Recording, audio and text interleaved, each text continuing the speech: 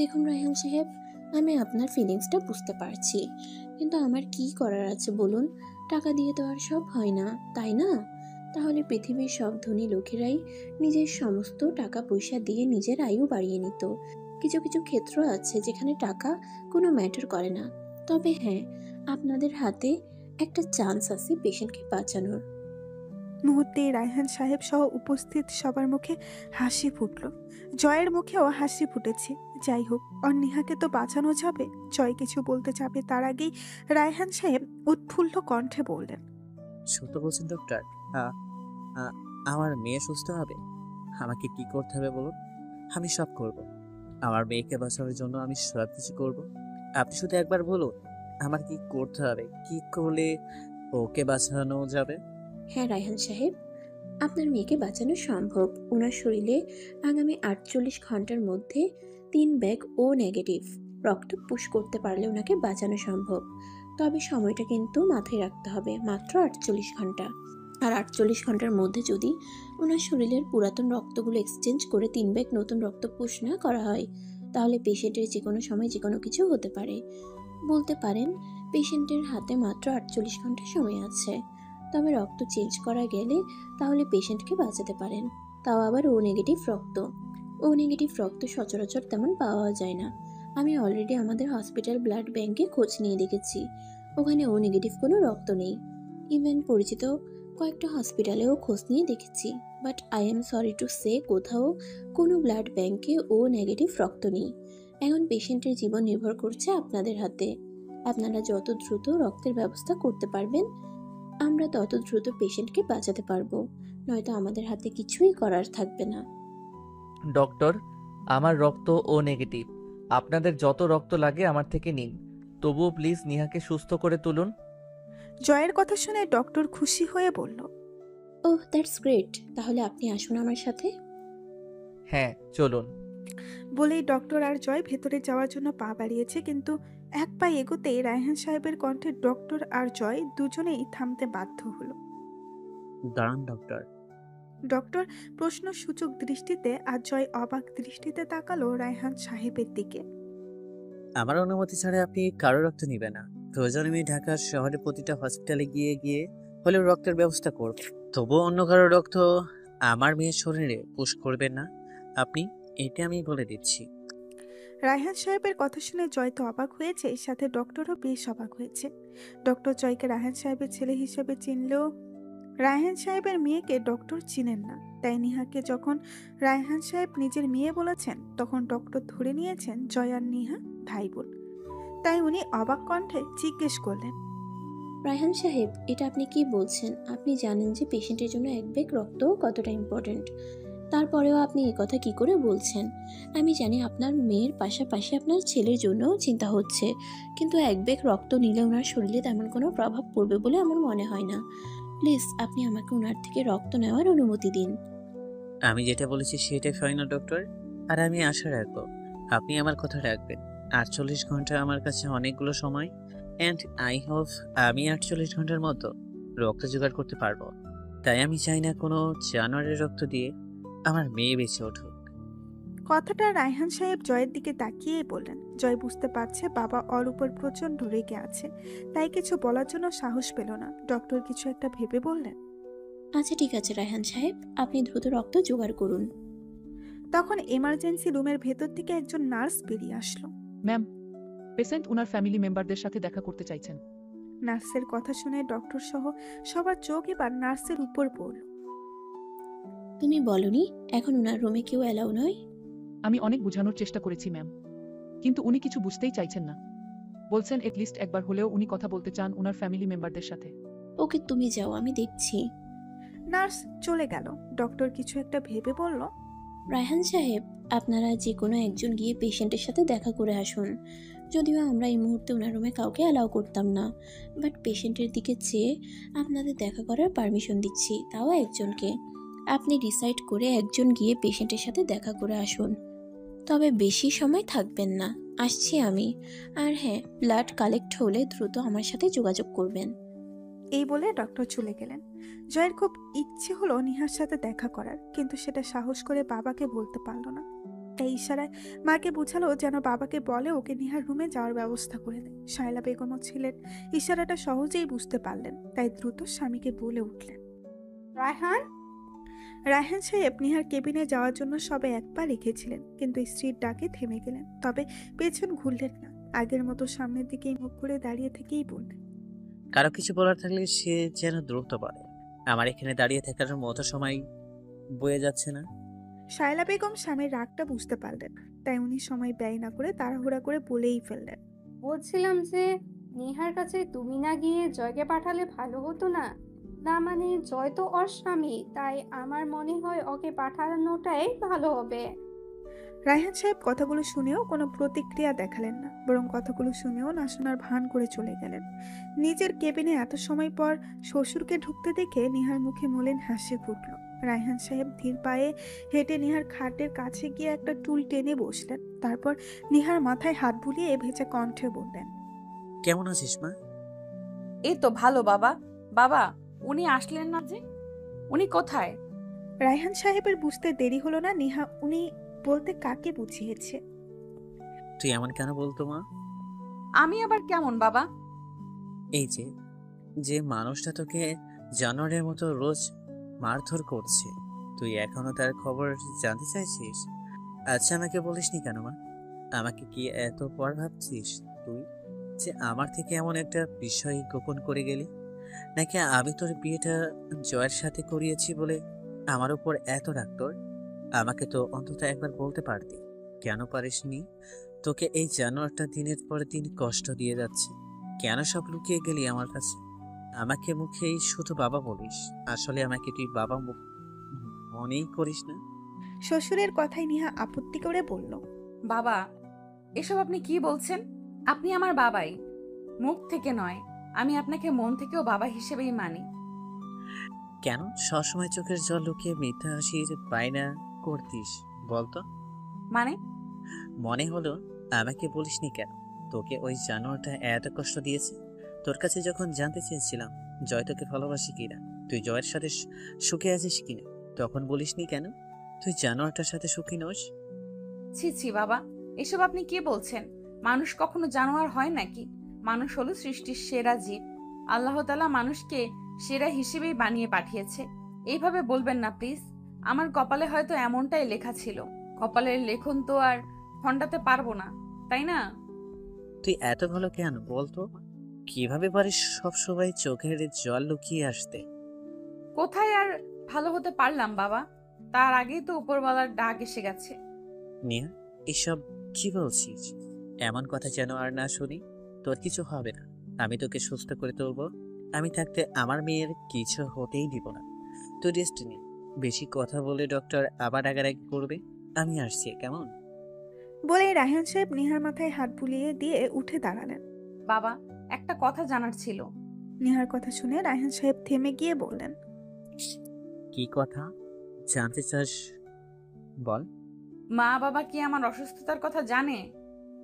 না রে মা, আসলে টেনশনে ওদেরকে বলতে ভুলে গেছিলাম। আমি এখনই জানিয়ে দিব। না বাবা, ওদের বলার দরকার নেই। ওরা জানলে শুধু শুধু টেনশন করবে আর এখানেও চলে আসবে। তার চেয়ে বরং ওদের না জানানোটাই ভালো। কিন্তু মা।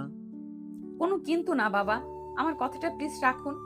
আচ্ছা ঠিক আছে, তুই যেটা চাস সেটাই হবে। আমি এখন আসছি, কেমন? বাবা, কিছু মনে না করলে আরেকটা কথা বলবো। কি কথা বল। বাবা, ওনাকে একবার ভেতরে আসতে বলবেন প্লিজ।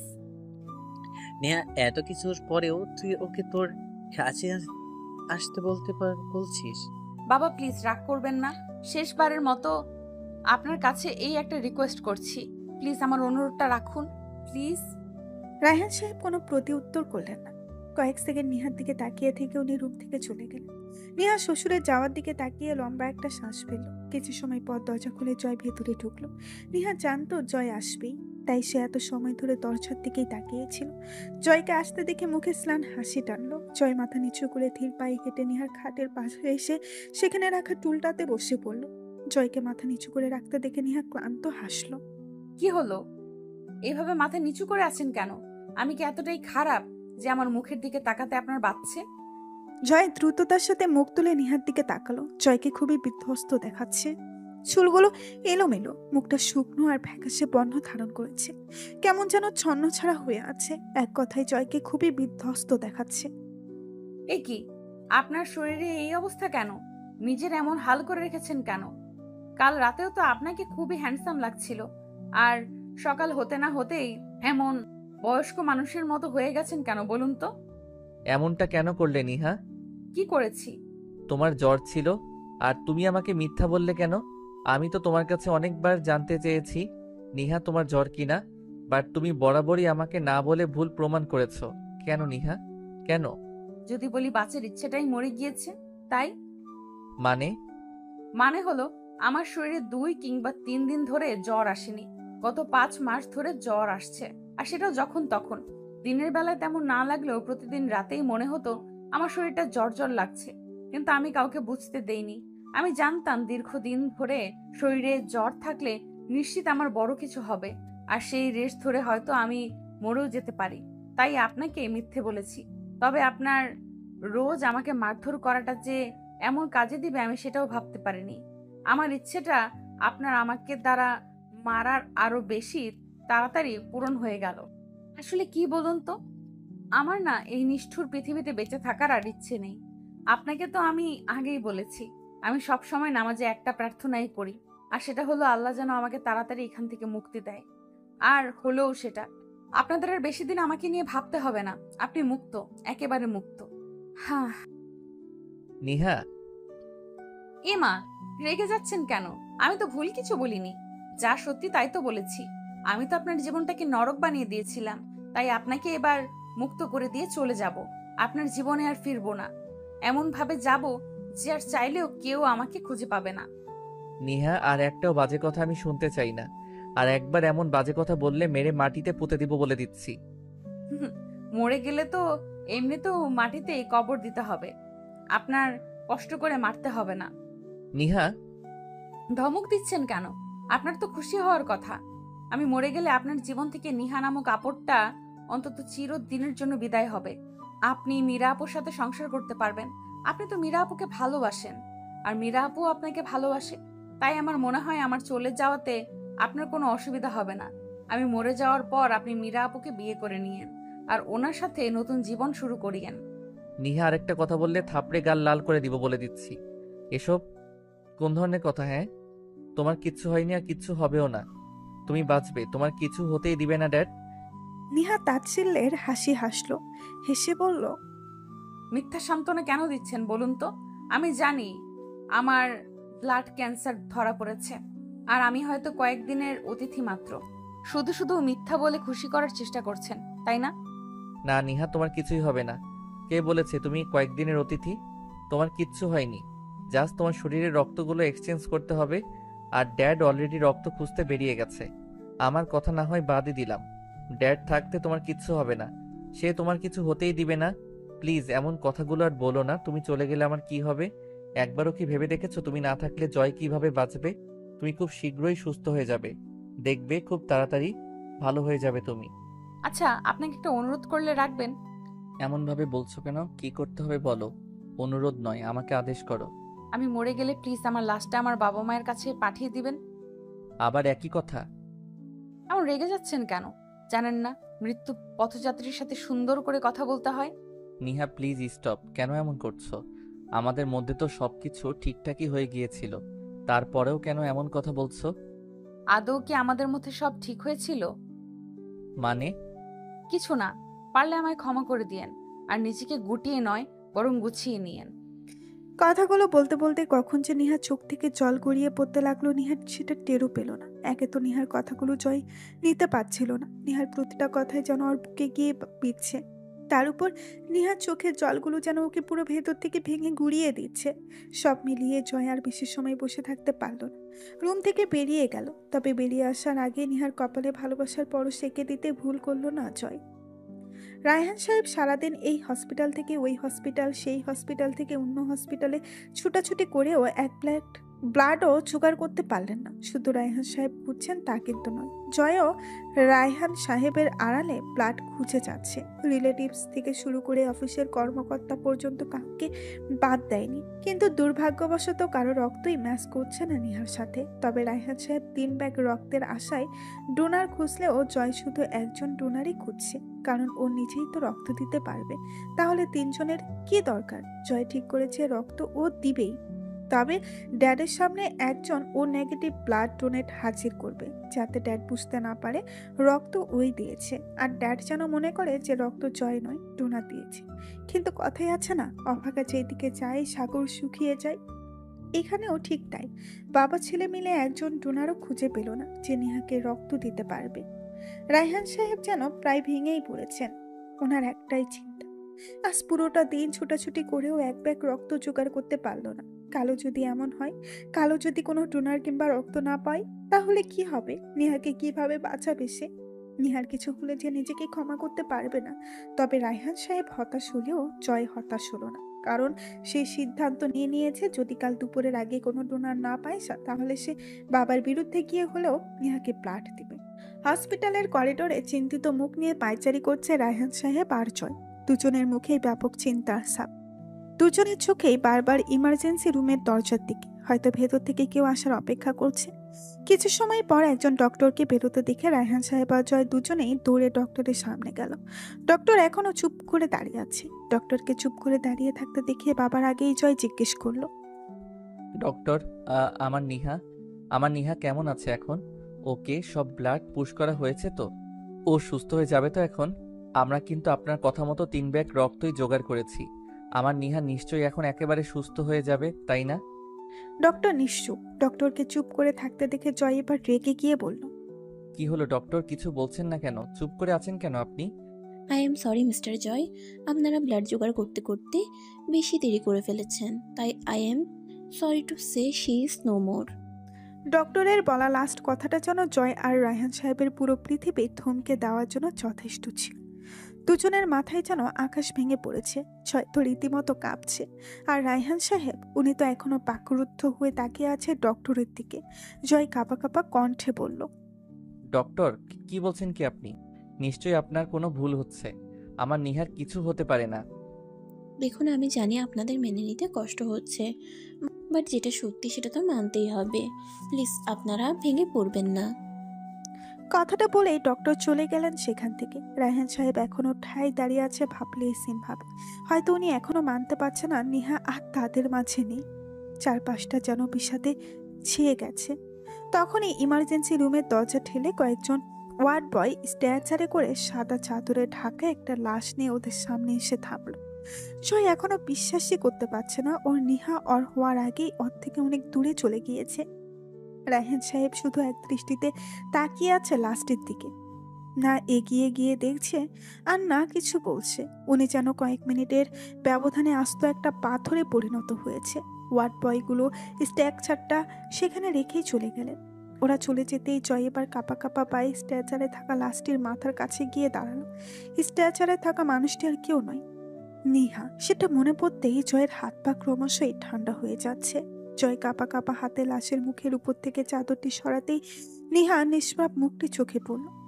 সাথে সাথে জয়ের বুকটা ব্যথা করা শুরু করলো। মুহূর্তেই যেন জয়ের আশপাশটা বিষাক্ত বাতাসে ভারী হয়ে যেতে লাগলো, আর পায়ের নিচ থেকে যেন মাটি সরে যেতে লাগলো। জয়ের মনে হচ্ছে ওর কাছ থেকে কেউ ওর আত্মাটা কেড়ে নিয়েছে। জয়ের মুখ দিয়ে যেন কোনো কথাই বের হচ্ছে না এই মুহূর্তে। শুধু নিষ্পলক চাহনিতে তাকিয়ে আছে নেহার মুখের দিকে। নেহার নিষ্প্রাণ মুখটির দিকে তাকিয়ে থাকতে থাকতে কখন যে জয়ের চোখ থেকে জল গড়িয়ে পড়ছে জয় সেটা খেয়াল করলো না। শুধু শূন্য দৃষ্টি নিয়ে নেহার মুখ পানে চেয়ে আছে। মিনিট কয়েক এভাবে ভাবলেসিন ভাবে চেয়ে থেকে হঠাৎই জয় কাঁপা কাঁপা হাতটি আলতো করে নেহার গালে রেখে বলে উঠল, চলে যাওয়ার এত তাড়া ছিল নিহা? আমাকে এতটাই ঘৃণা করো যে তোমাকে ভালোবাসি বলার সুযোগটা পর্যন্ত দিলে না? কেন এমনটা করলে? কেন আমায় পর করে দিয়ে একা করে চলে গেলে? আমি তো বাকিটা সময় তোমার সাথে কাটাবো বলে প্রতিজ্ঞা করেছিলাম, আর তুমি সবকিছু শুরু হওয়ার আগেই শেষ করে চলে যাওয়ার প্ল্যান করলে। আমার উপর এতই রাগ ছিল তোমার যে একেবারে একা করে চলে গেলে আমায়। তোমাকে কষ্ট দিয়েছি বলে তুমিও আমায় কষ্ট দিয়ে প্রতিশোধ নিচ্ছ, তাই না? আমায় একা করে দিয়ে এখন খুব ভালো লাগছে তো তোমার? খুব ভালো লাগছে? আমাকে কষ্ট দেওয়াটা কি খুব দরকার ছিল? কেন আমায় একা রেখে ওপারে পাড়ি জমাতে চাইছো? কেন নিহা, কেন? কথাগুলো বলতে বলতে জয় এক পর্যায়ে হাউমাউ করে কাঁদতে লাগলো। জয়ের কান্না যেন পুরো হসপিটাল কাঁপিয়ে দিচ্ছে। কিন্তু আশ্চর্যের বিষয় হলো জয় কাঁদছে ঠিকই, কিন্তু কারো কানে ওর কান্নার আওয়াজটা পৌঁছাচ্ছে না। জয় যখন নিহাকে বুকে জড়িয়ে কাঁদতে ব্যস্ত, তখনই হুট করে জয়ের ঘুমটা ভেঙে যায়। ধরপড়িয়ে উঠে বসলো সে। হাত পা এখনো কাঁপছে। চারপাশে তাকিয়ে কিছু সময় আগের ঘটনাটার মিল খুঁজতে গিয়ে নিজেকে নিহার মাথার কাছে রাখা টুলটিতে বসা অবস্থায় আবিষ্কার করলো সে। এ কি, সে তো হসপিটালের করিডোরে নিহাকে জড়িয়ে ধরে কাঁদছিল, আর নিহার লাশটা নিস্তেজ হয়ে পড়েছিল। নিহার কথা মনে পড়তে দ্রুত বেডে শুয়ে থাকা নিহার দিকে তাকালো। নিহা ঘুমাচ্ছে। তার মানে ও কি স্বপ্ন দেখছিল এতক্ষণ? কিন্তু কি ভয়ানক ছিল স্বপ্নটা! ভাবতেই জয়ের হাত পা আবারও থর করে কাঁপতে লাগলো। জয় মোবাইলটা বের করে একবার টাইম দেখে নিল, 3:25 বাজে। তার মানে এখন মাঝরাত। কিন্তু মাঝরাতে এমন স্বপ্ন কেন দেখলো সেটা ভাবতেই বুকটা ধুকপুক ধুকপুক করছে জয়ের। জয় বসা থেকে উঠে নিহার মাথার কাছে গিয়ে বসলো। তারপর নিহার ঘুমন্ত মায়াবী চেহারাটার দিকে তাকিয়ে ভাবতে লাগলো কি সুন্দর করে ঘুমাচ্ছে মেয়েটা, একেবারে নিষ্পাপ হয়ে ঘুমাচ্ছে। আর সে কিনা ওকে নিয়ে এমন একটা ভয়ঙ্কর স্বপ্ন দেখলো, যেটাকে স্বপ্ন বললেও ভুল হবে, বলতে গেলে দুঃস্বপ্নই দেখেছে সে। জয় এক দৃষ্টিতে নিহার ঘুমন্ত মায়াবী চেহারাটার দিকে তাকিয়ে রইল। আসলে রাতে যখন ডক্টর নিহাকে একা কেবিনে রাখবে বলেছিল, তখন রায়হান সাহেব আর জয় কিছুতেই নিহাকে একা একটা কেবিনে রাখতে রাজি হচ্ছিল না। কিন্তু ডক্টর তো ওনার সিদ্ধান্তে অটল, তাই রায়হান সাহেবের সব কথা রাখলেও এই কথাটা রাখতে পারলেন না। আর তখনই জয় ডক্টরকে অনেক রিকোয়েস্ট করে বলতে গেলে হাতে পায়ে ধরে নিহার কেবিনে নিহার সাথে থাকার পারমিশন নেই। জয়ের আকুতি মিনতি দেখে ডক্টর আর না করতে পারেনি। অবশেষে জয়কে নিহার সাথে থাকার পারমিশন দিয়েই দিয়েছে। কেন যেন রায়হান সাহেবও আর জয়কে কোনো রকম বাধা দিলেন না। হয়তো হসপিটাল থেকে কোনো সিনক্রেট করতে চান না। আর তখন জয় নিহার মাথার কাছে টুল টেনে বসে নিহার মাথায় হাত বুলাতে বুলাতে কখন যে নিজেও হাটে মাথা রেখে ঘুমিয়ে পড়েছে নিজেও বুঝতে পারেনি। নিহার মায়াবী মুখটির দিকে তাকিয়ে থাকতে থাকতে জয়ের মনে হুট করে একটা ইচ্ছা জাগ্রত হলো, আর হুট করে নিহার সারা মুখে নিজের উষ্ঠ যুগল দিয়ে ছুঁয়ে দিতে লাগলো সে। তবে নিহার ঘুমটা এতটাই গভীর ছিল যে জয়ের উষ্ঠের স্পর্শ পেয়েও নিহার ঘুমের কোনো রকম বেঘাত ঘটল না। নিহার দিব্যি ঘুমাচ্ছে। বাকি রাতটা জয় আর ঘুমালো না। নিহা মাথার কাছে বসে নিহার ডান হাতটা নিজের হাতের মুঠোয় নিয়ে পুরোটা সময় নিহার ঘুমন্ত মুখের দিকে তাকিয়েই কাটিয়ে দিল। পরদিন সকাল হতেই রায়হান সাহেব আবারও রক্তের খুঁজে এদিক ওইদিক ছোটাছুটি শুরু করে দিলেন, সাথে জয়ও। তবে জয় যে রক্তের খোঁজ করছে সেটা রায়হান সাহেবের অজানা। রায়হান সাহেব, আপনাদের হাতে কিন্তু আজ রাতটাই আছে। কাল সকাল 8টার মধ্যে যদি পেশেন্টের ব্লাড এক্সচেঞ্জ করে নতুন ব্লাড না দেওয়া হয়, তাহলে পেশেন্টের যে কোনো কিছু হতে পারে। তখন তার জন্য কিন্তু আমি বা আমাদের হসপিটালকে কোনো রকম দায়ী করতে পারবেন না। 2টা দিন গত হয়ে গেছে, আর আপনারা এখনও 1 ব্যাগ রক্তও জোগাড় করতে পারেননি। পেশেন্টের কন্ডিশন এখন আগের চেয়েও কতটা ক্রিটিক্যাল হয়ে গেছে বুঝতে পারছেন। হয়তো পেশেন্ট যে কোনো সময় কোমায়ও চলে যেতে পারে, কারণ যত দেরি হবে তত পেশেন্টের সার্ভাইভ করতে কষ্ট হবে। প্লিজ আপনারা তাড়াতাড়ি রক্তের জোগাড় করুন। রায়হান সাহেব আর জয়কে নিজের কেবিনে ডেকে কথাগুলো বললেন ডক্টর। জয় আর রায়হান সাহেব পাশাপাশি বসেছিল। ডক্টরের কথা শুনে রায়হান সাহেব যেন স্তব্ধ হয়ে গেছেন, সাথে জয়ও। জয়ের মুহূর্তেই কাল রাতের স্বপ্নটার কথা মনে পড়ে গেল। স্বপ্নটা চোখের সামনে ভেসে উঠতেই জয়ের আরো বেশি ভয় হতে লাগলো। জয় আর নিতে পারছে না বাবার জেদটা। কেন এত জেদ করছেন উনি? ওনার জেদের কারণ কি নিহাকে সে চোখের সামনে শেষ হতে যেতে দিবে? উনি কি বুঝতে পারছে না ওনার জেদের কারণে নিহার অনেক বড় ক্ষতি হয়ে যাবে? ভুল না হয় করেই ফেলেছে সে, তাই বলে এত বড় শাস্তি দেওয়ার মানে কি? আর এখন উনি যেটা করছেন সেটা তো শাস্তি বললেও ভুল হবে, কারণ একজন মৃত্যুর সাথে লড়াই করা ব্যক্তিকে রক্ত দিতে না দেওয়াটা কখনো শাস্তি হিসেবে ধরা যায় না। এটা তো রীতিমতো ওনার ইগো, আর ইগোর কারণে উনি নিহাকে রক্ত দিতে দিচ্ছেন না। জয় আর চুপ থাকবে না। এভাবে চুপ করে থাকলে কোনো সমস্যার সমাধান হবে না, বই বাড়বে। জয় বাবার দিকে না তাকিয়ে ডক্টরকে উদ্দেশ্য করে বলে উঠল, ডক্টর, ব্লাড আমি দিব। আপনাদের যত ব্যাগ ব্লাড লাগে আমার থেকে নিয়ে নিন। তারপরও প্লিজ আমার নিহাকে বাঁচিয়ে দিন। ওর কিছু হলে আমি নিজেকে কখনো ক্ষমা করতে পারবো না। প্লিজ আপনারা ব্লাড নেওয়ার ব্যবস্থা করুন। 3 ব্যাগ কেন, 5 ব্যাগ ব্লাড লাগলেও আমার থেকে নিয়ে নিন প্লিজ ডক্টর। ডক্টর জয়ের কথা শুনে খুশিই হলেন, কিন্তু গতকালকে রায়হান সাহেবের বাধা দেওয়ার কথাটা মনে পড়তেই উনি রায়হান সাহেবের দিকে তাকালেন। রায়হান সাহেব এক নজর ছেলের দিকে তাকিয়ে আবারও ডক্টরের দিকে তাকিয়ে বললেন, ডক্টর, আমি আমার ব্লাড টেস্ট করার ব্যবস্থা করুন। আর যদি আমার রক্ত মিস করে যাই, তাহলে যত ব্যাগ রক্ত লাগে আমার থেকে নিয়ে নিন। তাড়াতাড়ি করুন। ভাগ্যর সহায় থাকলে আমার রক্ত আমার মেয়ের সাথে মিলে যেতে পারে। আপনি নিশ্চিত হয়ে বলছেন তো রায়হান সাহেব? না মানে আপনার তো বয়স হয়েছে, তাই বলছিলাম কি আপনি রক্ত দিলে তো আপনি অসুস্থ হয়ে পড়তে পারেন। আমাকে নিয়ে আপনার ভাবতে হবে না ডক্টর, আপনি বরং আমার ব্লাড টেস্ট করার ব্যবস্থা করুন। ডক্টর বুঝতে পারলেন রায়হান সাহেবকে কিছু বলেও লাভ হবে না, তাই আর কোনো রকম কথা না বাড়িয়ে দ্রুত একজন নার্সকে কল করে কেবিনে ডাকলেন আর বললেন শীঘ্রই যেন রায়হান সাহেবের ব্লাড টেস্ট করিয়ে রিপোর্ট ওনার কেবিনে নিয়ে আসে। নার্সও সম্মতি জানিয়ে রায়হান সাহেবকে সাথে নিয়ে বেরিয়ে গেল, তবে জয় সেখানেই বসে রইল। ডক্টর, আমি জানি মিস্টার জয় আপনি কি বলবেন, আপনি একদম টেনশন করবেন না। আমি আপনার বাবার ব্লাড কখনোই নিব না। আমি ওনাকে ল্যাবে পাঠিয়েছি শুধুমাত্র ওনার মনের শান্তির জন্য। যদি ওনার ব্লাড পেশেন্টের সাথে আপনার স্ত্রীর সাথে ম্যাচ হয়েও যায়, তারপরেও আমি ওনার ব্লাড নিব না। প্রয়োজনে ওনাকে মিথ্যা বলবো যে ওনার ব্লাড ম্যাচ করেনি। তখন ওনার কাছে আর কোনো অপশন না থাকলে উনি অবশ্যই ব্লাড দিতে বাধা দিবেন না। হ্যাঁ, আমি মানছি আপনি যেটা করেছেন সেটা একেবারে ভুল করেছেন।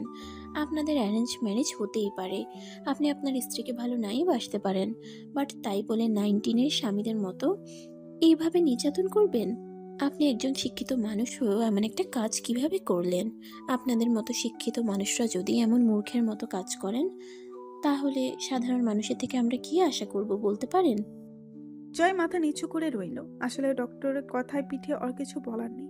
ও তো কাজই এমন করেছে যে শুধু ডক্টর কেন, যে শুনবে সেই এমন বলবে।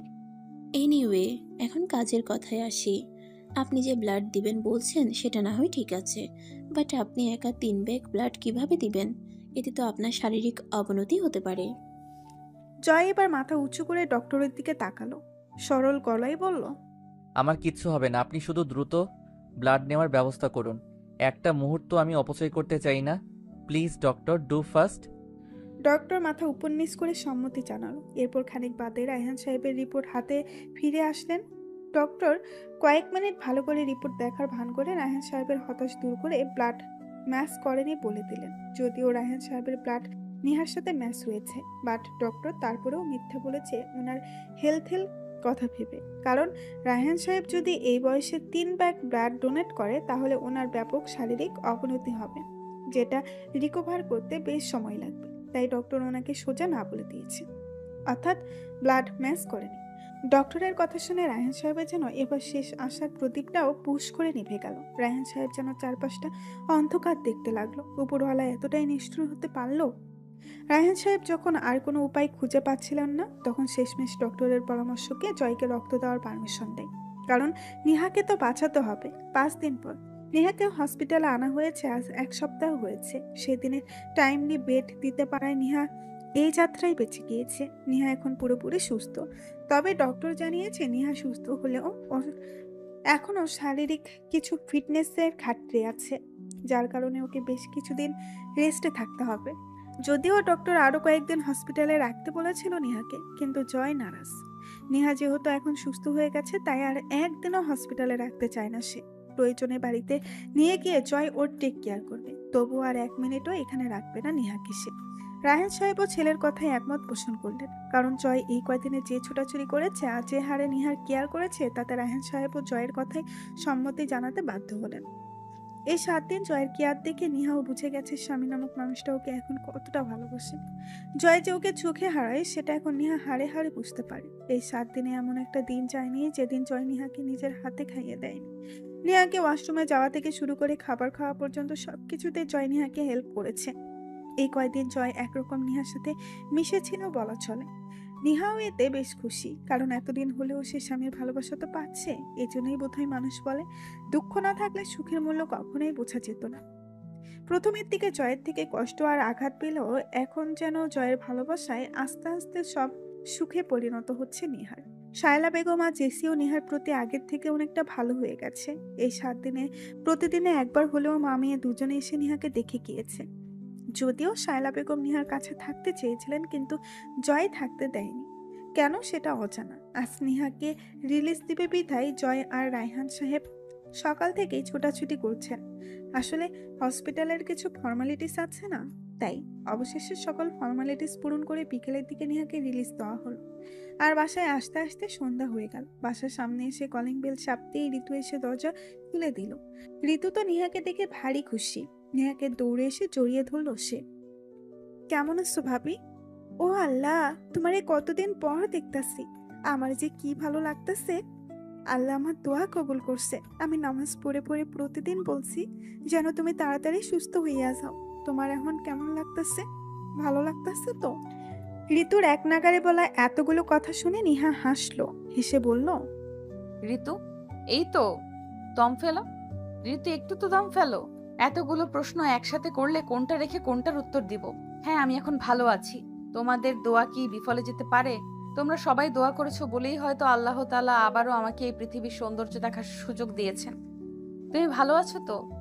ঋতু এবার নিহাকে ছেড়ে দিয়ে নিহার মুখোমুখি দাঁড়ালো, হেসে বলল, হ্যাঁ ভাবি, ভালো আছি। ঋতু, আমি কিন্তু তোমার উপর রাগ করেছি। এইটা কি কোন ভাবি? কেন রাগ করছেন আমার লগে? আমি আবার কিটা করছি? তুমি আমায় দেখতে গেলে না কেন? ঋতু এবার দ্রুত এক হাতে কান ধরে মুখটা কাচুমাচু করে বলল, দুঃখিত ভাবি, আসলে হসপিটালে রান্না আর বাড়ির রান্না একা হাতে সব কাজ সামলাতে সামলাতে যাইতে পারিনি। আর তাছাড়া সব কাজ ফেলে যখন কাল যাইতে চাইছিলাম তখন বড় সাহেব বললেন যে আজ তোমারে বাড়িতে আনা হইব, তাই আর যাওয়া হয়নি। প্লিজ রাগ কইরা থাইকো না আমার উপর। ঋতুর প্লিজ বলা শুনে নিহা হেসে দিল, হেসে বলল, আচ্ছা ঠিক আছে, তোমার সাথে কি আমি রাগ করে থাকতে পারি? বলেই নিহা হেসে ঋতুর গাল টেনে দিল। নিহার আর ঋতুর কথাবার্তা শুনে পেছনে দাঁড়িয়ে থাকা জয় আর রায়হান সাহেব দুজনেই হাসলেন। কিরে পাগলি, তোর ভাবিকে কি বাইরেই দাঁড়িয়ে করিয়ে রাখবি? ভেতরে ঢুকতে দিবি না?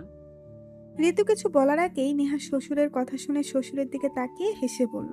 সমস্যা নেই বাবা, আমি ঠিক আছি। তারপর ঋতুর দিকে তাকিয়ে হেসে বলল। আচ্ছা ঋতু, মা আর জেসি কোথায়? তখনই শায়লা বেগম আর জেসি সেখানে হাজির হলো। এই তো আমরা। কেমন আছো মা? নিহা দ্রুত পায়ে এগিয়ে গিয়ে শাশুড়ির পায়ে ধরে সালাম করে নিলেন। ভালো আছি মা, আপনাদের সবার দোয়ায় সুস্থ আছি। আপনি ভালো আছেন? শায়লা বেগম নিহার মাথায় হাত বুলিয়ে দিয়ে হাসি মুখে বললেন, হ্যাঁ রে মা, ভালো আছি। কেমন আছো ভাবি? জেসির প্রশ্ন শুনে নিহা এবার জেসির সামনে গিয়ে দাঁড়ালো, হাসি মুখে বলল, ভালো আছি ননদিনী, তোমার কি খবর? ভালো। ততক্ষণে জয় আর রায়হান সাহেব ভেতরে ঢুকে পড়েছেন। দুজনেই খুব বেশি ক্লান্ত, তাই নিজেদের রুমে না গিয়ে দুজনেই সোফায় ধপাস করে বসে পড়ল। নেহা যখন ওদের সাথে টুকটাক কথা বলছিল তখনই রায়হান সাহেব ডেকে উঠলেন। ঋতু, নিয়াকে রুমে নিয়ে যায়। ডক্টর ওকে বেশি সময় হাঁটা চলা করতে বারণ করেছে। নিয়ে যা, আমার রুমে যা। বেশি সময় দাঁড়িয়ে থাকিস না, রুমে গিয়ে রেস্ট নে। ডক্টর কি বলছে মনে নেই? ঋতুও সম্মতি জানালো। ভাবি চলো, রুমে চলো বলেই ঋতু নিহাকে সাথে করে উপরে যাওয়ার জন্য সিঁড়ির দিকে হাঁটা ধরল। তবে ওদের সিঁড়িতে আর পা রাখা হলো না। তার আগেই রায়হান সাহেবের ডাক কানে আসলো। নিহা আর ঋতু দুজনেই ফিরে তাকালো। ঋতু, উপরে যাচ্ছিস কেন? রায়হান সাহেবের প্রশ্ন শুনে উপস্থিত সবাই অবাক হলো। রায়হান সাহেব হঠাৎ এমন প্রশ্ন কেন করলো সেটা বুঝে আসছে না কারো। তবে রায়হান সাহেবকে কে কি ভাবছে সেটা তোয়াক্কা করলেন না। উনি আবারও বললেন, ঋতু যা, ওকে তোর রুমে নিয়ে যা। আজ থেকে নিয়া তোর সাথেই থাকবে। নিয়া মা, যা ঋতুর সাথে রুমে যা। এবার সবাই যেন অবাকের চরম পর্যায়ে পৌঁছে গেল। রায়হান সাহেব হঠাৎ এমন কথা কেন বললেন কারো বুঝে আসছে না। জয় তো ইতিমধ্যে অবাকের ছুটে বসা থেকে উঠে গেছে। বাবা এসব কি বলছেন? নিহা ঋতুর সাথে থাকবে মানে? বাবা কি পাগল হয়ে গেছেন? যে সময় নিহার ওকে বেশি প্রয়োজন এমন একটা সময় বাবা নিহাকে ঋতুর সাথে থাকতে বলছেন? জয়ের মনে হাজারো প্রশ্ন ভিড় করলো। জয় নিজের কৌতূহল দমিয়ে রাখতে না পেরে বাবার কাছে প্রশ্ন করেই ফেললো। ড্যাড, এসব তুমি কি বলছো? নিহা ঋতুর রুমে থাকবে মানে? নিজের রুম থাকতে ও ঋতুর রুমে থাকবে কেন? রায়হান সাহেব কোনো রকম প্রতিক্রিয়া দেখালেন না, বরং আগের মতো সোফায় বসে থেকেই বললেন, কারণ আমি চাই না নিয়া কোনো পুরুষের সাথে একই রুমে থাকুক। সবার এবার বুঝতে দেরি হলো না রায়হান সাহেব কেন নিহাকে ঋতুর সাথে থাকতে বলছেন। জয় আবার বলল, ড্যাড, আমি কোনো রকম অশান্তি চাই না। আমি যেটা বলছি সেটাই ফাইনাল। আজ থেকে নেহা ঋতুর রুমেই থাকবে। তুই ওর সাথে যা করেছিস, তারপরে আমি ওকে তোর সাথে থাকতে দিব, সেটা ভাবলি কি করে? রায়হান, তুমি এসব কি বলছো? নিহার নিজেরই তো রুম আছে, তাহলে সে ঋতুর রুমে থাকবে কেন? আর তার চেয়েও বড় কথা হলো মেয়েটা অসুস্থ, আর এখন জয়কে পাশের প্রয়োজন। আর তুমি কি না, যা হওয়ার তা তো হয়েই গেছে, এখন তো সব ঠিক হয়ে গেছে। সবকিছু যখন ঠিক হয়ে গেছে তাহলে ওরা এক রুমে থাকতে প্রবলেম কি? স্ত্রীর কথায় রায়হান সাহেব দমলেন না, বরং আরো কয়েকগুণ রেগে গিয়ে বললেন, তুমি একদম কোনো কথা বলবে না। তোমার মা ছেলে মিলে তোমার মেয়েটার জীবনটাই ধ্বংস করে দিলে। আজ যদি ওর কিছু হতো, তাহলে আমি রফিককে কি জবাব দিতাম? ওকে কিভাবে মুখ দেখাতাম? একবার কি ভেবে দেখেছো? অবশ্যই আমি বলছি, বা কাকে? তোমাদের এইসব ভাবার সময় ছিল নাকি? তোমরা তো উঠে পড়ে লেগেছিলে কিভাবে ওকে এই বাড়ি থেকে বের করা যায়। তার জন্য তোমাদের যতটা নিচে নামা দরকার, তোমরা ততটাই নিচে নেমেছো। এতটাই নিচে নেমে গেছো যে ওকে একবারও কাজের মেয়ে বানিয়ে দিলে। তোমার মা ছেলে মিলে অনেক করেছো। আর না, হসপিটালে কিছু বলিনি, তার মানে এই নয় যে আমি সব ভুলে গেছি। আমি এতদিন চুপ করেছিলাম কারণ আমি হসপিটালে কোনো সিক্রেট পড়তে চাই। তবে এখন আজ চুপ করে থাকবো না। আমি আমার মেয়ের সাথে আর কোনো অন্যায় আমি মেনে নিব না। আমি কোনো জানোয়ারের সাথে আমার মেয়েকে সংসার করতে দিব না। আর কারো নেহাকে নিয়ে ভাবতে হবে না। নেহার জন্য কারো লাইফটাও আর হেল্প হবে না। সবাই এবার সুখে শান্তিতে থাকতে পারবে। আমি খুব শীঘ্রই ওদের ডিভোর্সের ব্যবস্থা করব। জয় এতক্ষণ ধরে অপরাধীর মতো বাবার কথাগুলো শুনলো। বাবার মুখে ডিভোর্স কথাটা যেন ওর বুকে তীরের মতো গিয়ে বিঁধল। শুধু জয় কেন, শ্বশুরের মুখে ডিভোর্সের কথা শুনে নিহাও বেশ অবাক হয়েছে। ওদের কেউ হয়তো কল্পনাও করতে পারেনি রায়হান সাহেব এমন একটা সিদ্ধান্ত নেবেন। জয় ভেবেছিল বাবা রাগ করে সে ঠিকই আছে, কিন্তু আস্তে আস্তে সব রাগ পানি হয়ে যাবে। কিন্তু বাবা যে বিষয়টাকে একেবারে ডিভোর্স অব্দি নিয়ে যাবে, সেটা জয়ের ধারণাতেই ছিল না। বাবা কি ওকে এতটাই ঘৃণা করে যে নিহাকে ওর সাথে একই রুমে রাখতে পর্যন্ত বাবার সংকোচ হচ্ছে? জয় যেন কি বলবে ভাষা হারিয়ে ফেলেছে। নিহার সাথে ডিভোর্স হয়ে যাবে বিষয়টা সে কিছুতেই মানতে পারছে না। এই মুহূর্তে ওর কি বলা উচিত বা কি করা উচিত কিছুই বুঝতে পারছে না সে। শুধু একটা কথায় মাথায় আসছে ওর, আর সেটা হলো যে করেই হোক নেহাকে ওর কাছে রাখতেই হবে। কোনো কিছুতেই নেহাকে সে হারাতে পারবে না। নেহাকে ছাড়া যে সে বাঁচতে পারবে না। যে কোনো কিছুর বিনিময়ে হলেও নেহাকে ওর চাই। আর এর জন্য যদি বাবার পায়ে ধরতে হয় তাও সে ধরবে, তবুও নিহাকে হারাবে না সে। জয় কি করবে বুঝে উঠতে না পেরে, দিক বেদিক শূন্য হয়ে আর কোনো উপায় না পেয়ে ফাঁকা মস্তিষ্ক নিয়ে হুট করে বাবার পায়ের কাছে বসে পড়লো। তারপর বাবার পা জড়িয়ে ধরে কাঁপা কাঁপা কণ্ঠে বলে উঠল, ড্যাড প্লিজ আমাকে এত বড় শাস্তি দিও না। আমি মানছি আমি ভুল করেছি, তাই বলে নিহাকে ছেড়ে থাকার মতো এত বড় শাস্তি দিও না। ওকে ছাড়া আমি এক মুহূর্ত থাকতে পারবো না। প্লিজ আমায় ক্ষমা করে দাও। আমি কথা দিচ্ছি নিহাকে আর একটু কষ্ট পেতে দিব না। ওর গায়ে কখনো একটা আঁচড় পর্যন্ত লাগতে দিব না। তারপরেও প্লিজ আমায় এমন একটা শাস্তি দিও না। নিহাকে ছাড়া আমি নিজেকে এখনো কল্পনাই করতে পারি না। ওকে ছাড়া আমি মরেই যাব ড্যাড। ওকে ছাড়া আমি মরেই যাব। Please dad, please. কথাগুলো বলতে বলতে বাবার পায়ে ধরে জয় প্রায় কেঁদেই দিয়েছে। জয়ের কান্না দেখে উপস্থিত সবার চোখে পানি চলে এসেছে। নিহা তো রীতিমতো অবাক। জয় যে ওর জন্য এমন কিছু করতে পারে নিহা সেটা স্বপ্নেও ভাবেনি। নিহা জানতো জয় ওকে আগে ঘৃণা করলেও এখন ভালোবাসে, কিন্তু জয় ওকে এতটা ভালোবাসে সেটা ওর জানা ছিল না। খুশিতে নিহার চোখের কান্নিস পেয়ে দুফোঁটা জল গড়িয়ে পড়ল। আজ সে সুখী। ওর মতো সুখী হয়তো এই পৃথিবীতে আর কেউ নেই। সেও এখন বলতে পারবে ওরও একজন ভালোবাসার মানুষ আছে। কেউ কেউ একজন পাগলের মতো ভালোবাসে। জয়ের কান্না দেখে সবার খারাপ লাগলেও রায়হান সাহেবের কোনো রকম প্রতিক্রিয়া দেখা গেল না। উনি এখনো আগের মতোই ঠায় দাঁড়িয়ে আছে, না জয়কে ধরে তুলছেন আর না জয়ের দিকে তাকাচ্ছেন। শায়লা বেগম ছেলের কান্না দেখে আর সহ্য করতে পারলেন না, স্বামীকে উদ্দেশ্য করে বলেই ফেললেন, রায়হান, তুমি এতটা নির্দয় কবে থেকে হলে?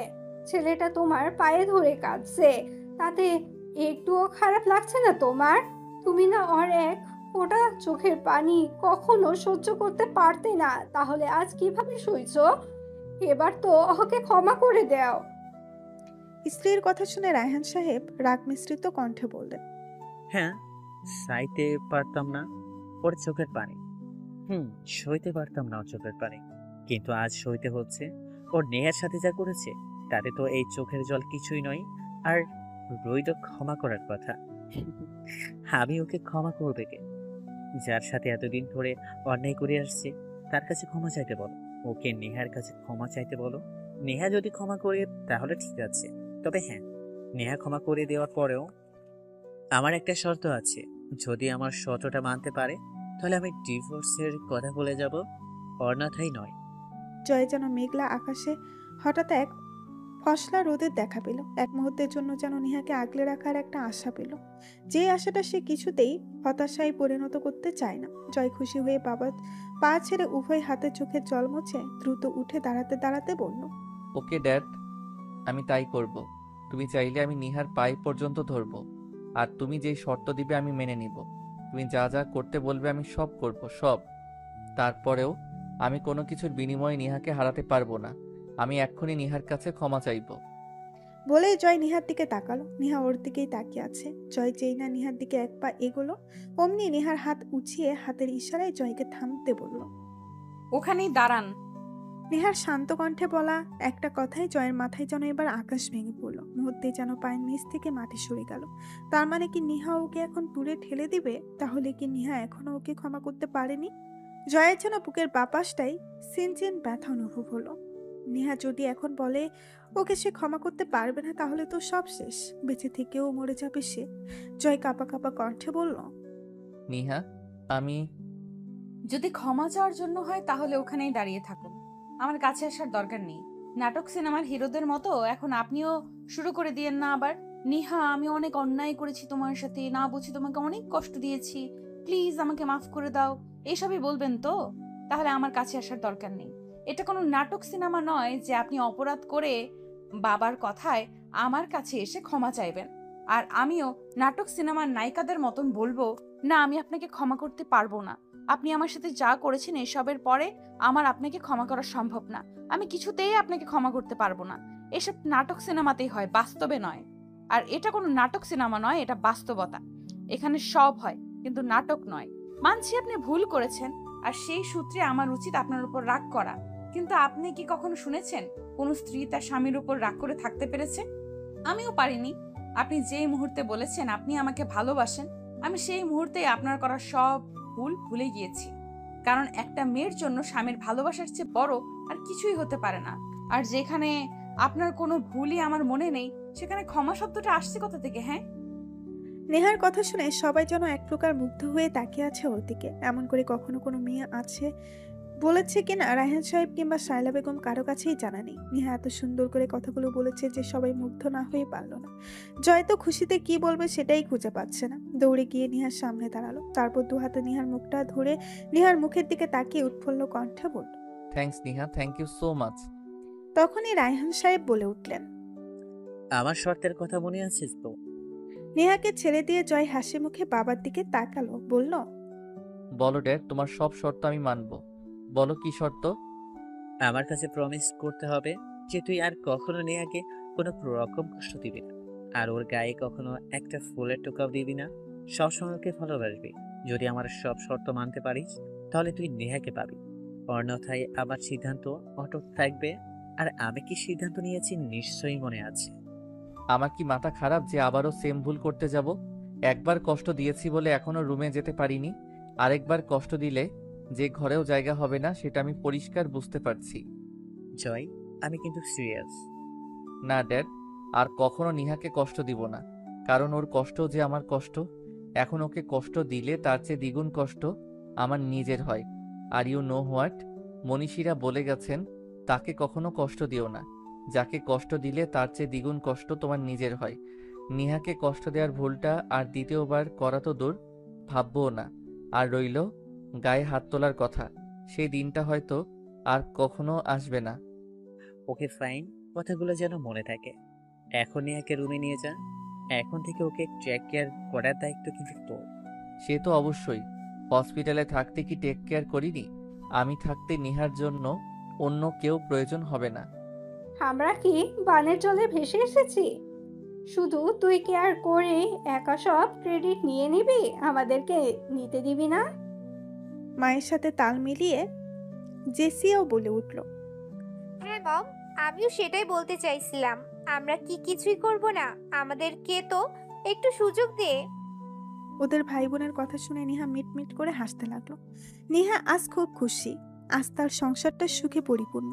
যেই দিনটার জন্য এতদিন ধরে সে সব কষ্ট মুখ বুজে সহ্য করেছে, অবশেষে আজ সেই দিনটা ওর কাছে ধরা দিল। রাতের খাবার শেষ করে জয় রুমে এসেছে বেশ কিছুক্ষণ হয়ে গেছে, কিন্তু নিহা এখনো রুমে আসেনি। তবে কাজের জন্য নয়, কারণ জয় আর রায়হান সাহেবের করা আদেশ নিহা যেন কিচেনে না যায়। নিহা মূলত শায়লা বেগমের সাথে কোনো একটা বিষয়ে কথা বলছে। আসলে শায়লা বেগমই খাবার টেবিলে নিহাকে খাবার খেয়ে ওনার রুমে যেতে বলেছেন। কি একটা জরুরি কথা আছে না, তাই জয় আগেই রুমে চলে এসেছে। জয় শুয়ে শুয়ে মোবাইল টিপছিল, তখনই নিহা রুমে এসে ঢুকলো। নিহাকে আসতে দেখে জয় মোবাইলটা সেন্টার টেবিলের উপরে রেখে নিহার দিকে তাকালো। নিহা এক পলক জয়ের দিকে তাকিয়ে দরজা লাগিয়ে দিয়ে সোজা বিছানায় এসে পা ঝুলিয়ে বসলো। জয় এবার এক পাশ হয়ে শুয়ে বালিশে এক হাত ঠেকিয়ে হাতের উপর মাথা রেখে হাসি হাসি মুখ করে নিহার দিকে ফিরল। জয়কে এভাবে শুতে দেখে নিহাও এবার মুচকি হেসে বিছানায় পা তুলে জয়ের দিকে ফিরে বসলো। স্যার কি কিছু বলবেন? মম কেন ডেকেছিল? তেমন কিছু না, এই পেন্ডেন্টটা দেওয়ার জন্যই ডেকেছিলেন। এটা নাকি এই বাড়ির বউদের বরণ করার সময় দেওয়া হয়। মাকে নাকি ওনার শাশুড়ি মা এটা বিয়ের দিন পরিয়ে দিয়েছিল, কিন্তু আমাকে তো তখন দিতে পারেননি, তাই আজ দিয়েছেন। গলায় চেইনের সাথে ঝুলে থাকা পদকটি ধরে কথাগুলো বলল নিহা। জয় আরেকটু নড়ে চড়ে শুয়ে বলল, ব্যাস এইটুকুই? আর কিছুর জন্য ডাকিনি? শুধু এটা দেওয়ার জন্যই ডেকেছে? না মানে আসলে এতদিনকার করা ভুলগুলোর জন্য ক্ষমাও চেয়েছিলেন। তাই বলো। মম যখন তোমাকে তার রুমে ডাকলো তখনই আমি বুঝে গিয়েছিলাম এমন কিছুই হবে। নিহা কিছু বলল না। জয় এবার একটু নড়ে চড়ে মাথার নিচে দুই হাত রেখে সোজা হয়ে শুলো। তারপর কিছু একটা ভেবে ইতস্তত গলায় বলল, আচ্ছা নিহা, একটা কথা বলবো? বলুন না। আচ্ছা, তুমি আমাকে সত্যি ক্ষমা করেছো তো? ক্ষমা না করলে কি করবেন? কি আর করব, জঙ্গলে বনবাস চলে যাব। পারবেন আমাকে ছেড়ে যেতে? আগে হলে হয়তো পারতাম, বাট এখন সম্ভব না। তাই বুঝি। তারপর দুজনের মাঝে পিনপতন নীরবতা বিরাজ করলো। কিছু সময় নীরবতার সুতো ছিঁড়ে জয় বলল, নিহা, সত্যি করে বলো না, আমাকে সত্যি ক্ষমা করেছো তো? এখন কি প্রমাণও দিতে হবে? না, জাস্ট একটু ভালোবাসা দিলেই হবে। নিহা মুস্কি হাসলো, হেসে বলল, আপনি পারেনও বটে। আজ সবাই অনেকদিন পর একসাথে ডাইনিং এ বসেছে সকালের নাস্তা করবে বলে। নিহা আর জয় পাশাপাশিই বসেছে। জয় খাচ্ছে আর চোখে বারবার নিহার দিকে তাকাচ্ছে। এই মেয়েটাকে সে আর নিতে পারবে না। সবসময় ছোট বাচ্চাদের মতো অল্প করে খাবার নিবে আর সবার আগেই খেয়ে উঠে যাবে। এত অল্প করে খাবার নিবে যেন খাবারের প্রতিযোগিতা দিয়েছে আর সেখানে ওকে ফার্স্ট হতেই হবে। নেহার প্লেটের দিকে একবার তাকিয়ে জয় নিহার দিকে তাকালো, কিন্তু নিহা সেদিকে কোনো খেয়াল নেই। সে তো কিচেনের দিকে তাকিয়েই খেতে ব্যস্ত। নিহার এই একটা অভ্যাস, খাবার টেবিলে বসলে ভুলেও অন্যদিকে তাকাবে না। এমনভাবে মাথা নিচু করে খাবে যেন এদিক ওদিক তাকালে ওকে কেউ শাস্তি দিবে। জয় যখন দেখলো নিহার খাওয়া শেষ, এক্ষুনি উঠে যাবে, তখনই জয় খাবার খেতে খেতে বলে উঠল, নিহা, তুমি তো তেমন কিছুই খেলে না। এইটুকু খাবার খেয়েই উঠে যাবে তুমি? অ্যাটলিস্ট আর একটা রুটি তো নাও। না আর নিব না, আমার খাওয়া শেষ। এইটুকু খাবার খেয়েই খাওয়া শেষ? এই নাও, অ্যাটলিস্ট এইটা খাও। বলেই জয় নিহার প্লেটে আরো একটা রুটি তুলে দিল, সাথে ভাজিও। নিহার সাথে সাথে মুখটা ছোট্ট করে বলে উঠল, প্লিজ আর না, আমি খেয়েছি তো, আর খাবো না প্লিজ। কোনো কথা নয়, চুপচাপ এটা খেয়ে তারপর উঠবে। নিহা আবারও কিছু বলতে যাবে, তার আগে জয়ের চোখ লাল করা দেখে নিহার সাথে সাথে নিচের দিকে তাকিয়ে খেতে লাগলো। এটা দেখে জয় মুস্কি হাসলো। তখনই রায়হান সাহেব বলে উঠলেন, জয়, তুই কি আজ অফিসে যাবি? না মানে তুই যদি না যাস তাহলে আমি চলে যেতাম আর কি। আজ একটা মিটিং আছে, তুই না গেলে আমার এক্ষুনি বের হতে হবে, তাই জিজ্ঞেস করছিলাম আর কি। জয় নিহার দিকে একবার তাকিয়ে বাবার দিকে তাকালো, তারপর ইতস্তত গলায় বলল, ড্যাড, বলছিলাম কি, নিহা তো এখনো পুরোপুরি সুস্থ হয়নি, আর আমি ওকে এভাবে রেখে কিভাবে অফিসে যাব? না মানে যদি ওর কিছু প্রয়োজন হয় তাই বলছিলাম আর কি। না না, আমার কিছু লাগবে না, আমি তো এখন সুস্থ। আপনি বরং অফিসে চলে যান, আমি নিজে নিজে করে নিতে পারবো সব। আমার জন্য আপনারা কেউ এতদিন ঠিকঠাক মতো অফিসে যেতে পারেননি। অফিসে কত কাজ জমা হয়ে আছে। বাবা কিভাবে একা একা পুরোটা হ্যান্ডেল করবেন? আপনি বরং বাবার সাথে অফিসে চলে যান। না মা, থাক। জয় ঠিকই বলছে, আমারই ভুল হয়েছে ওকে জিজ্ঞেস করাটা। সত্যিই তো, তুই তো এখনো পুরোপুরি সুস্থ হসনি। এখন ওকে তোর পাশে প্রয়োজন। তুই টেনশন করিস না, আমি সবটা হ্যান্ডেল করে নিব। টেক কেয়ার, ওকে? বলেই রায়হান সাহেব বেরিয়ে গেলেন। নিহা আর কিছু বলার সুযোগও পেল না। নিহা ফুস করে নিঃশ্বাস ফেলে এবার জয়ের দিকে তাকালো। আপনাকে কে বলেছে আমি অসুস্থ? আমি তো পুরোপুরি সুস্থ। আপনি অফিসে চলে গেলেও পারতেন। আমি তো এতটা অসুস্থ নয় যে নিজের কাজ নিজে করতে পারবো না। আর তাছাড়া মা আর জেসি তো আছেই। আরে ভাবি, বুঝো না কেন? ভাইয়া তোমার অসুস্থতার অজুহাত দেখিয়ে তোমার সাথে সময় কাটাতে চাইছে। অসুস্থতা তো একটা বাহানা মাত্র, তাই না রে ভাইয়া? মায়ের সামনে জেসির এমন পিন্স মারা কথা শুনে জয় লজ্জায় পড়ে গেল। মমের সামনে কী সব বলছে জেসি? মম কি ভাববে? জেসি, কী সব বলছিস? মম আছে পাশে, দেখছিস না নাকি? শায়লা বেগম হয়তো ছেলের লজ্জা পাওয়াটা বুঝতে পারল, তাই তো উনি মুচকি হেসে জয়, আমি রুমে যাচ্ছি, তোরা কথা বল। বলেই শায়লা বেগম উঠে চলে গেলেন। মা চলে যাওয়াতে জয় এবার লম্বা একটা দম ছাড়লো। তারপর জেসির দিকে তাকিয়ে শাসিয়ে বলল, এই ফাজিল, মমের সামনে কী সব বলছিলি? হ্যাঁ, মম কি মনে করবে? কি মনে করবে? মনে করবে তার ছেলে এখন বউ পাগলা সোনা মিয়া হয়ে গেছে। অনেক পাকনা হয়ে গেছিস, তাই না? সে তো একটু হইছেই। মাইর খাবি কিন্তু। বলেই জয় যেই না জেসিকে মারার অভিনয় করে উঠতে চাইল, অমনি নিহা জয়কে টেনে বসিয়ে দিল।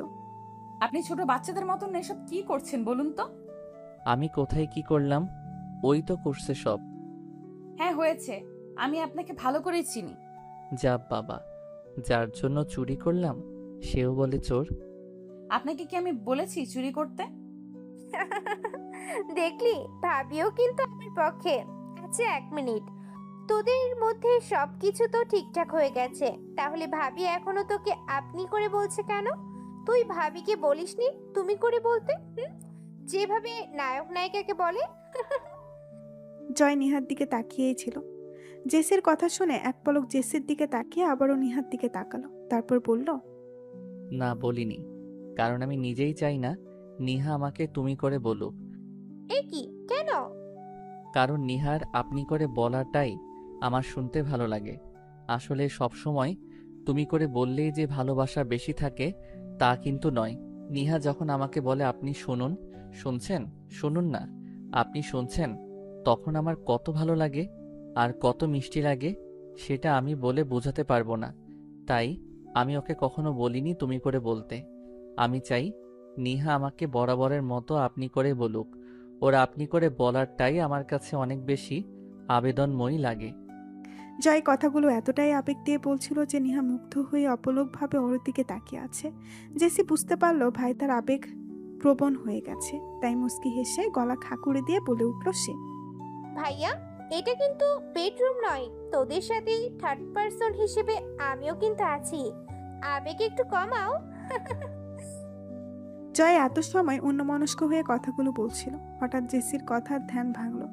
একটু আগে বলা কথাগুলো মনে পড়তেই জয়ের একটু লজ্জা অনুভূতি হলো, কিন্তু মুখে প্রকাশ করলো না সেটা, বরং মুখে স্বাভাবিক ভাব বজায় রেখেই বলল, তুই আছিস তো কি হয়েছে? তাই বলে আমি কি আমার ফিলিংসটাও প্রকাশ করতে পারবো না? মাঝখানে কেটে গিয়েছে আরো মাসখানেক সময়। নিহাও এখন পুরোপুরি সুস্থ হয়ে নিহাও এখন পুরোপুরি সুস্থ হয়ে গেছে। জয় আর নেহার দিনগুলো ভালোই কাটছে। বিশেষ করে নেহার দিনগুলো খুব আনন্দে কাটছে, আর কাটবে নাই বা কেন? এখন যে ওর মতো সুখী আর কেউ নেই। হ্যাঁ, নেহা এখন সুখী।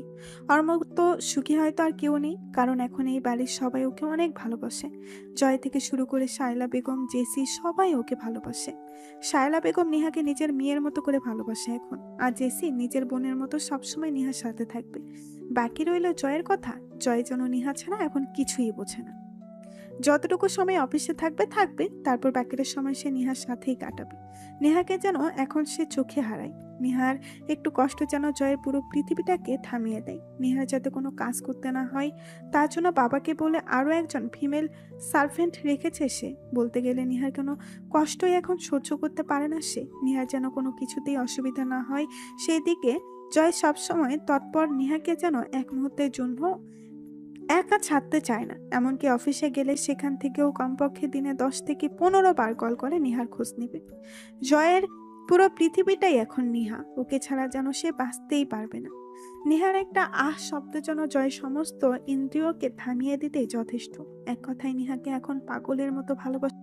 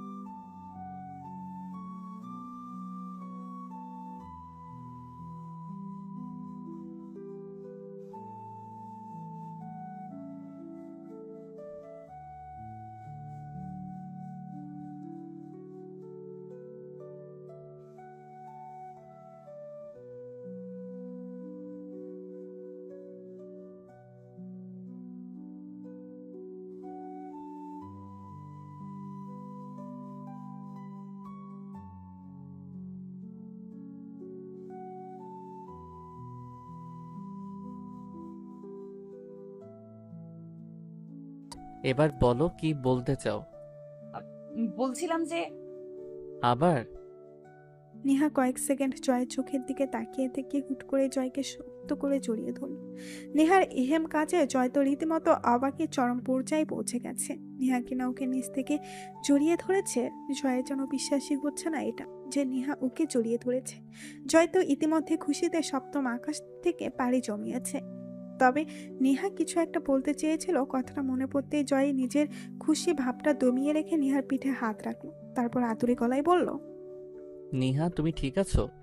নেহা জয়ের বুকে মুখটা লুকিয়ে রেখে লাজুক কণ্ঠে জবাব দিল, হুম। তো কথাটা বলার জন্যই কি ম্যাডাম আমার বুকে মুখ লুকিয়েছে? নেহা লাজুক হেসে জয়কে আরো একটু শক্ত করে জড়িয়ে ধরল, তবে মুখে কিছু বলল না। হা হা হা। তা ম্যাডাম কথাটা কি এখন বলা যাবে? হুম। তাহলে বলুন শুনি। আচ্ছা, রাতটা কি ভালোবাসাময় হলে কোনো ক্ষতি হবে? না মানে আমাকে যদি আপনার অংশ বানিয়ে নেন তাহলে কি খুব বড় অন্যায় হবে? জয়ের বুঝতে দেরি হলো না নেহা কি বলতে চাইছে। জয় হাসলো, তার মানে নেহা আজ ওর ভালোবাসায় নিজেকে রাঙাতে চাইছে। জয় এতদিন সেই সময়টার অপেক্ষাই করছিল, তাহলে আজ সেই মুহূর্তটা এসেই গেছে। হ্যাঁ, জয় আশাই ছিল এই সময়টা, চেয়েছিল নেহা নিজ থেকে ওকে কাছে টেনে নিক আর নিজের মুখেই বলুক যে সে জয়ের কাছ থেকে ভালোবাসা চায়, সেই ভালোবাসা যেই ভালোবাসা প্রতিটি মেয়েই চায়। জয় হেসে নেহাকে বুকের সাথে জড়িয়ে নিল, তারপর নেহার মাথায় ভালোবাসার পরশ এঁকে দিয়ে আদুরে গলায় বলল, ম্যাডাম কি আমার কাছ থেকে স্পেশাল ভালোবাসা পেতে চাইছে? নেহা আবারও লজ্জাবতী লতার মতো জয়ের বুকে নুয়ে গিয়ে জবাব দিল, হুম। তো ম্যাডামের এতদিন পর কেন মনে হলো যে আমার ভালোবাসা লাগবে ওনার? আমি তো মনে করেছিলাম এই জন্মে আর আপনার ভালোবাসা পাওয়া হবে না আমার। তার মানে এতদিন পর আমার কপাল খুলেছে। আমার কি দোষ বলুন? আপনি তো নিজ থেকে কাছে টেনে নেননি। বাহ, এখন আমার দোষ?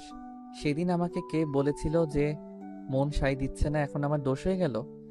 সেদিন না হয় বলেছিলাম, তারপর আপনি কি আর একবারও বলেছিলেন যে আমাকে নিজের করে নিতে চান? আপনি জানেন না মেয়েরা এইসব বিষয়ে একটু বেশি লাজুক হয়? বললে কি আমি ফিরিয়ে দিতাম?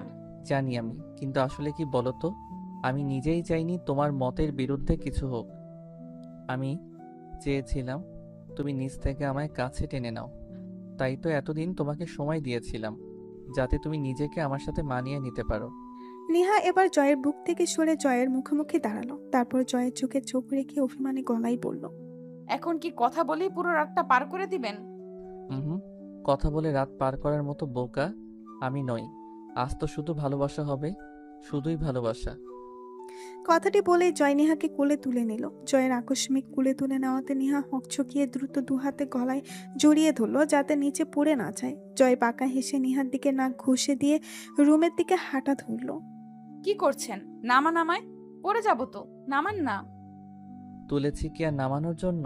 তোমার যা বলার বলে দিয়েছো, এখন আর কোনো কথা নয়। এরপর যা হবে সব আমার ইচ্ছাই হবে, বুঝলে জান পাখি? জয়ের কথার ইঙ্গিত বুঝতে পেরে নেহা আর কিছু বলার সাহস পেল না। লজ্জায় আবারও জয়ের বুকে মুখ লুকালো। জয় নেহাকে লজ্জায় নুয়ে পড়তে দেখে মুচকি হেসে রুমে ঢুকে দরজাটা পায়ে ঠেলে আটকে দিল। কথায় আছে, দুঃখের সময় বাড়ি দিলে নাকি সুখের দেখা মেলে। নেহার ক্ষেত্রেও ঠিক তাই হয়েছে। বিয়ের প্রায় 1.5 বছর পর এসে স্বামী নামক মানুষটিকে আজ নিজের করে পেতে যাচ্ছে, যেটা প্রতিটি মেয়েই চায়। দীর্ঘদিন পর আজ দুটো মনের মিল ঘটবে। কিছু না পাওয়া সুখ আজ দ্রুত অতৃপ্ত মানুষকে তৃপ্তি দিবে। ভালোবাসাময় হয়ে উঠুক তাদের প্রতিটি রাত, সুখের হয়ে উঠুক তাদের প্রতিটি মুহূর্ত। শুরু হোক তাদের ভালোবাসাময় একটা জীবন, যেখানে তাদের প্রতিটি রাতই হবে ভালোবাসাময় আর প্রতিটি দিন হবে আনন্দময়।